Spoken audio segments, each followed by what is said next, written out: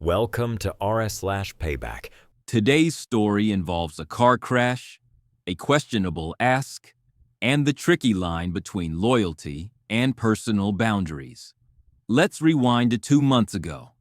I'm a 27-year-old woman, and I've been best friends with Claire, also 27, since our sophomore year of college. We've always had a solid bond: beach trips, movie nights, shared heartbreaks, and more than a few late-night therapy sessions. Claire's been part of my core friend group for years, and most of us still hang out regularly. Claire doesn't have the best luck with cars: 3 speeding tickets and a fender bender in the last 2 years. I, on the other hand, work as a claims adjuster at a mid-sized insurance company. So, I know the ins and outs of policies, premiums, and how the system works. I try not to be that person at parties who corrects everyone about coverage, but let's just say I know when someone's about to get into trouble. One Sunday afternoon, I got a call from Claire, panicked and near tears. She'd been driving to brunch when she swerved off the road and hit someone's brick mailbox. Her front bumper was smashed, the headlight dangling, and she was terrified. The worst part? Claire had let her insurance lapse 3 weeks earlier. I didn't realize at the time, but that call would put me in the middle of a moral mess that would test the limits of our friendship. Claire met me at a gas station not far from the crash site. I could see the damage right away: crumpled hood, a cracked windshield, and bits of red paint scraped along the side of her car. She was still shaking, clutching her steering wheel like it was the only thing keeping her upright. "I messed up," she said, eyes red. "I didn't see the turn in time and hit the mailbox. I was going like, maybe 30? Are you okay?" I asked first, because of course I cared more about her than the car. "Physically, yeah. Emotionally, not so much." We pulled into the parking lot of a nearby strip mall and sat in my car to talk. That's when Claire dropped the bomb. "I need a huge favor," she started. "Can I say you were driving my car when the accident happened? Just tell your insurance it was you. I'll pay the deductible." At first I laughed, thinking she was joking. Then I saw her face. "Claire, you want me to lie to my insurance company? That's fraud." "But you work in insurance," she said, as if that somehow made it more reasonable. "You can make it sound believable." My stomach dropped. I knew what she was asking wasn't just shady, it was illegal. If caught, I could lose my job, my license, and my reputation. But more than that, it felt like a violation of trust. Claire knew how hard I'd worked to build a stable life after years of struggling post-grad. Why would she put me in that position? When I said I needed time to think, she didn't argue. But over the next few days, mutual friends started texting me. "Claire's really struggling. She said you're being harsh. Can't you just help her this once?" I felt trapped. On one hand, this was someone I loved like a sister. On the other, I couldn't shake the feeling that doing what she asked would unravel everything I'd worked for. I didn't know it then, but that decision, whether to protect my career or protect my friend, was going to change everything. After a couple of sleepless nights, I realized I needed real guidance. I didn't want to make the wrong choice, morally or legally. So I reached out to a trusted coworker, an insurance agent I'd worked with for years. I kept the details vague at first, describing it as a hypothetical scenario. "Absolutely not," she said immediately. "That's hard fraud. If the insurance company finds out, and they will if there's an investigation, you'd both be in serious legal trouble. And if you work in the industry, you'd lose your job, probably your license, and definitely your credibility." Still not convinced, I also contacted a friend of a friend who's a lawyer. She didn't mince words either. What she's asking you to do is insurance fraud. It's a felony in most states. It doesn't matter that it's a mailbox. Property damage is property damage, and you, as the claimant, would be held responsible. If it goes to court, you could be facing thousands in fines or even jail time. Even though the answers confirmed what I already suspected, hearing it so plainly made my heart pound. Relief flooded me. At least I knew I wasn't overreacting, but it was tangled with anxiety. Claire wasn't going to take this well. That night, I called her and carefully explained everything I'd learned. I didn't attack her. I wasn't cruel. I just laid it out. The legal consequences, the risk to my job, and how this was something I couldn't do. She was quiet at first. Then a sharp, "So you talk to people behind my back?" I tried to explain it wasn't personal, that I was scared and just needed advice, but she didn't want to hear it. Over the next few days, more texts came in from our circle. Some understood my decision. Others sent guilt-ridden messages. She wouldn't ask unless she was desperate. And, aren't friendships supposed to be ride or die? I wasn't sure what hurt more, the situation itself, or realizing how many people expected me to risk everything for a mistake that wasn't mine. Claire didn't give up. 2 days after our phone call, she texted again. This time, it was a long, emotional message about how her finances were in ruins. She'd just lost a freelance gig, rent was due, and without a working car, she couldn't make deliveries for her side job. "I'm drowning, and I thought you of all people would throw me a rope," she wrote. I didn't respond right away. What could I even say? I felt for her, I really did, but that didn't make what she was asking okay. Later that night, I opened our friend group chat and saw that Claire had added a bunch of people, some close, some more casual acquaintances. She launched into the story, painting it in a light that made me look cold and unfeeling. "OP's letting me crash because of a mailbox," she wrote, even after I offered to pay everything back. Within minutes, the responses flooded in. "Wait, seriously? OP, that's kinda harsh. She just needs help." I felt a knot form in my chest. I tried to stay calm and typed out a detailed explanation, what insurance fraud meant, the legal risks, the impact on my job, and how much I cared about Claire despite everything. A few people responded supportively. "That's fair," one said. "She's asking you to commit a crime." Another added, "Claire's being out of line here." But others weren't as understanding. "So you're choosing your job over a 10-year friendship? She's not asking you to kill someone, just a favor." What started as a quiet moral struggle exploded into a full-blown confrontation. Claire messaged me privately, saying I'd embarrassed her, that I was selfish, and that true friends find a way to help. She accused me of weaponizing my job knowledge to shame her.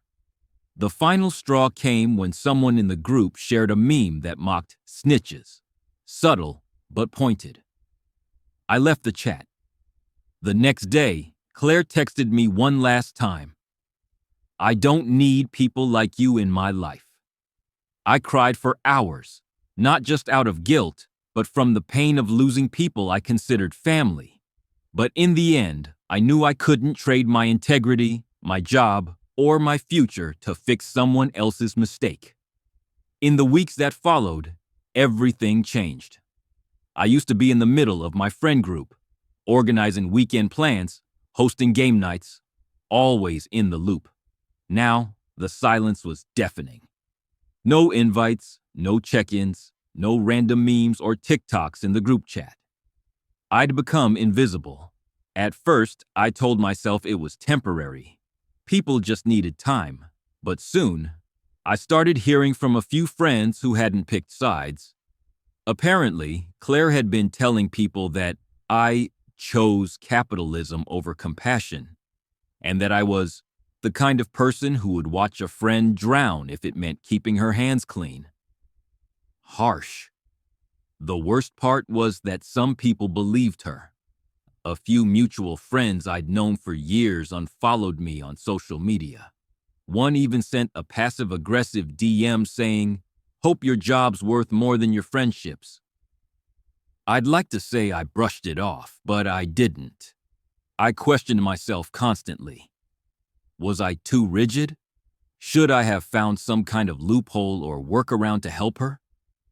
The guilt crept in, not because I thought I'd done something wrong, but because I hated being seen as cold or heartless. But every time I walked myself through the facts, I came back to the same place. This wasn't a minor mistake.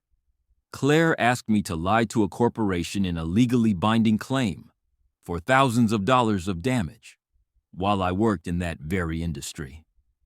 She wasn't just asking me for help. She was asking me to break the law. I didn't hate her. I didn't want revenge. I just couldn't go along with something that could ruin my future. Still, the emotional toll was real. I felt lonelier than I'd ever felt, haunted by the idea that doing the right thing had cost me everything socially. To make sure I wasn't being dramatic, I revisited the conversations I had with the insurance agent and lawyer. Both were crystal clear. The insurance agent told me, "What your friend is asking is called a false claim. It's fraud, plain and simple. If the company finds out, they won't just deny the claim. They could cancel your policy, flag you in the National Claims Database, and you'd likely be blacklisted from other insurers. That follows you for years." But it was the lawyer's words that really stuck. "If you go through with this, you're committing a felony. Fraud over a certain amount is a criminal offense.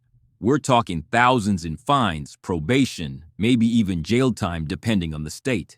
And if your employer finds out, you're likely terminated for cause, which makes future employment in that field very difficult."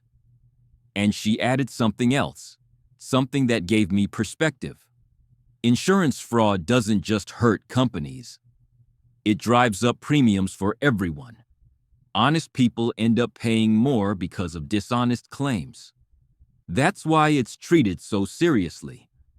In simple terms, lying to protect a friend would have risked my job, my reputation, and my future, and could have financially hurt others. That's not being selfish. That's drawing a boundary where one absolutely needs to exist. I realized then that I wasn't just protecting myself. I was respecting a system that, flawed as it is, depends on honesty to function. If everyone started lying for convenience or loyalty, chaos would follow. Policies would get stricter. Costs would rise. Trust would erode. So yes, I stood firm. Not because I didn't care about Claire, but because I cared too much about doing what's right. For anyone reading who might think, "I'd help a friend no matter what," I get it, loyalty matters, but so does integrity. And sometimes the bravest thing you can do is say no, even when your whole world turns on you for it. About a month after everything exploded, Claire called me. I hadn't heard her voice since our last tense conversation. My stomach clenched the second I saw her name on my screen. Against my better judgment, I picked up. Her voice was shaky, but sharper than before. "So, this is it? You're really throwing away our friendship over a stupid mailbox?" I took a deep breath. "Claire, this isn't about a mailbox. It's about what you asked me to do." "I was desperate," she snapped. "I needed help, and you made it about you, like always." That stung, but I stayed calm. "I didn't make it about me. You did when you asked me to risk everything I've worked for. My job? My career?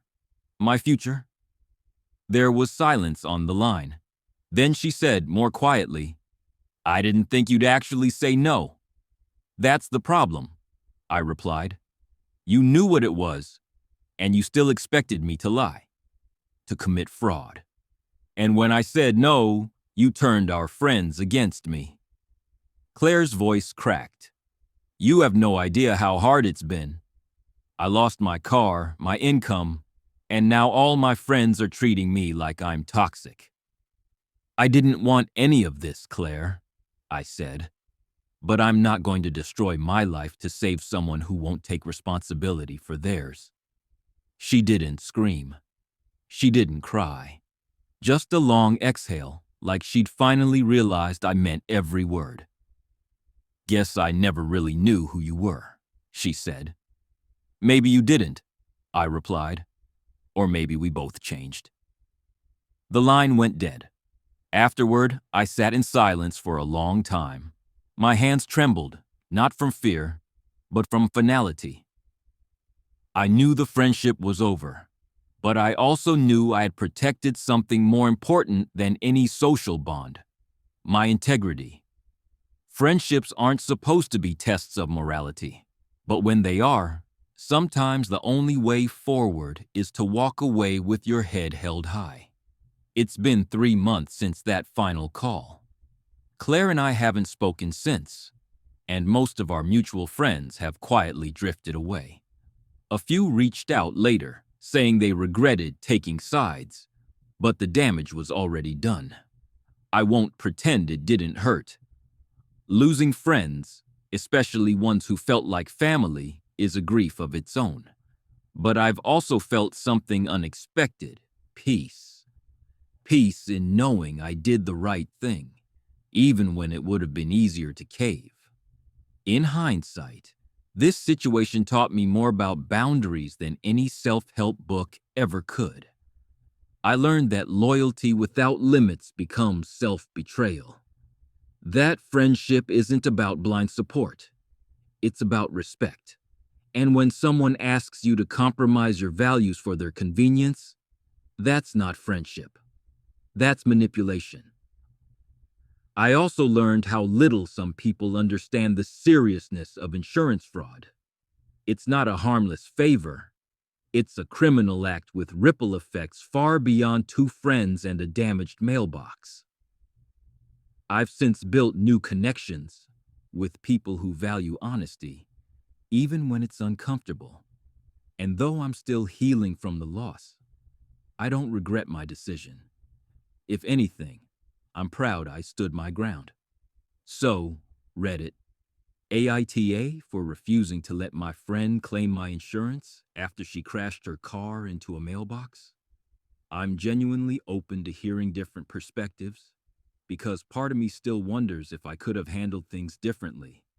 But at the end of the day, I chose to protect my future, and I stand by that. As expected, the RAITA community came in strong. Within hours, the top comments were overwhelmingly in support of OP. Most agreed that what Claire asked wasn't just unethical, it was illegal, manipulative, and unfair to everyone involved, including the insurance company, OP's employer, and honest policyholders. The most common response?